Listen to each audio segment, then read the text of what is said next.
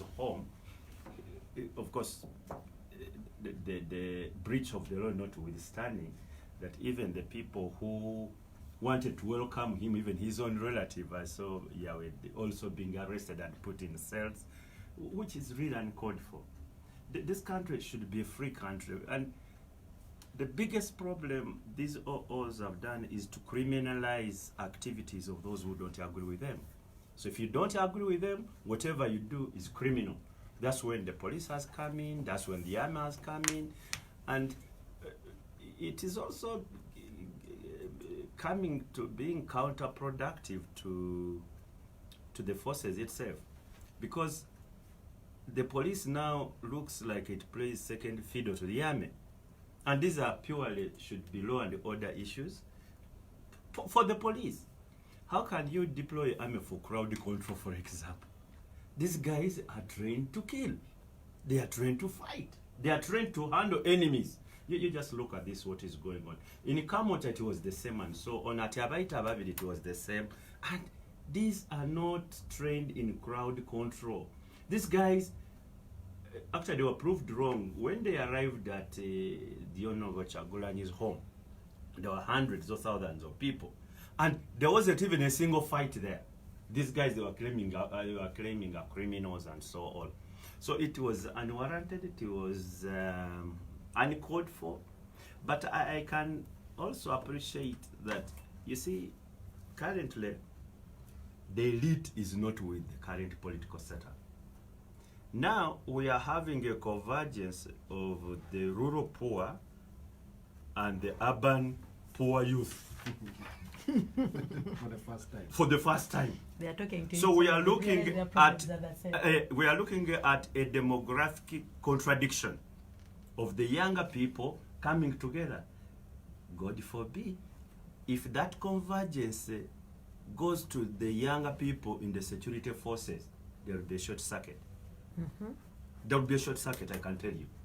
You can use these youth who are, because they're also youth, who are battering their colleagues, their fellow youth.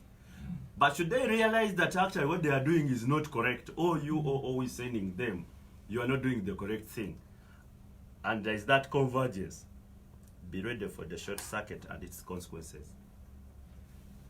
Ramadan Bobi. Yes, thank you, Oscar. You know, these issues of political economy, me, I do not call them politics. It's political economy. You can't separate the two. I think Uganda is lately very depressing. Even I tweeted about it. Wherever you look, people are angry. People, some are crying. Like these images. Now, whenever I watch news, I even regret why I switched on TV. It's about someone being clobbered. This one is crying. You see blood. You see. So the country, I think, of Uganda is quite unfortunate, and we need really to work on this. I always ask, where is the government plan going forward? Okay, we've had our own contestations, political contestations, for many years.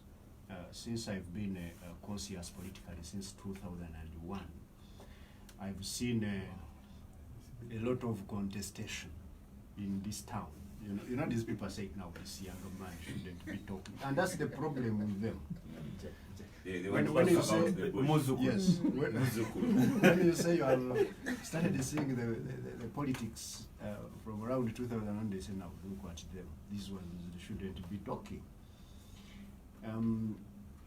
I've seen that Uganda almost permanently has been. Idi Amin brought color TV. I don't know if you know that. I don't know. He brought it.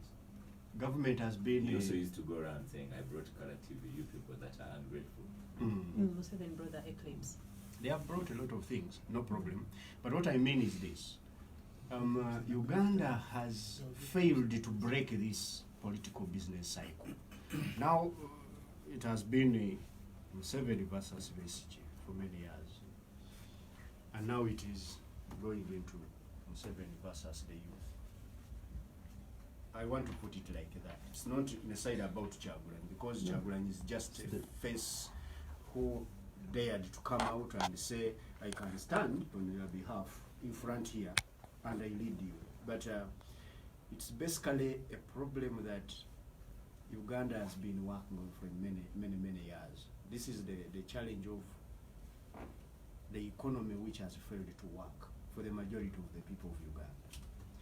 I know some people will always want to bend it back to politics. We haven't changed the leadership, we haven't done that. But the bottom line, the LCM, lowest, common multiple, is the economy. This economy is working for very few people. It has been growing without creating jobs.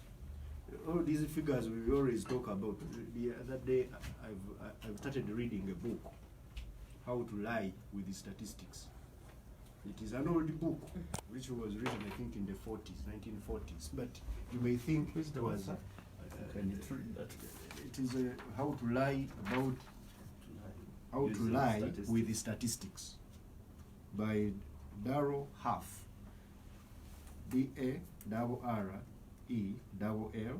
Huff is H-U-F-F. Now, it is a very big challenge we have, that we are always, I see the president when he's talking, I've immunized you, we have now the economy growing, we have constructed many kilometers of road, we have, done electricity. Those statistics are, they sound good to a macroeconomic analyst who's seated in a building somewhere. But they don't make sense to a younger man who has finished school Since we brought the word, has seeing no, with the naked eye.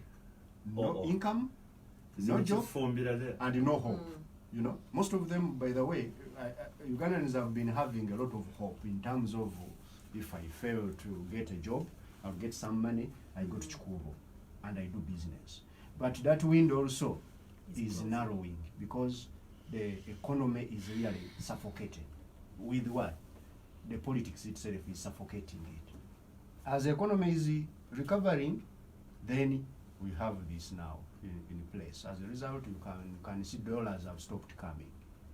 The exchange rate yesterday, it closed at 3,822 shillings a dollar.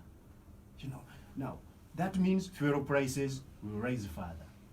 That means this younger man who is unemployed is going to be charged more money for coming from home to go to school. Okay. So these are the issues which I think whoever is thinking on the way forward should plan on how to revamp both the economy and the politics together. Not just to say, let us have a political solution.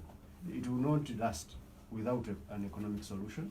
The economic solution will not last without a political solution. It has to be political economy. So, Muzukuru Nafi. No, Muzukuru is too patronizing a term. If Bobi is Muzukuru, No. you are really. No. It's too patronizing a term.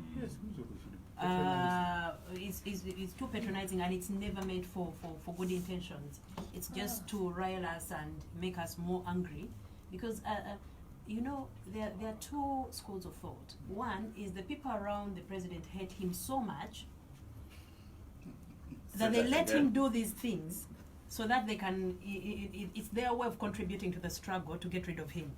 The people around the president. The president, yes. They let him do these things. Yes. Like coming every weekend to give a lecture. Like coming every weekend to give us a lecture, and then while giving us, shoot himself to in the for foot. Him to come on face off, for him to come on gang. And he has refused so far. He will eventually come.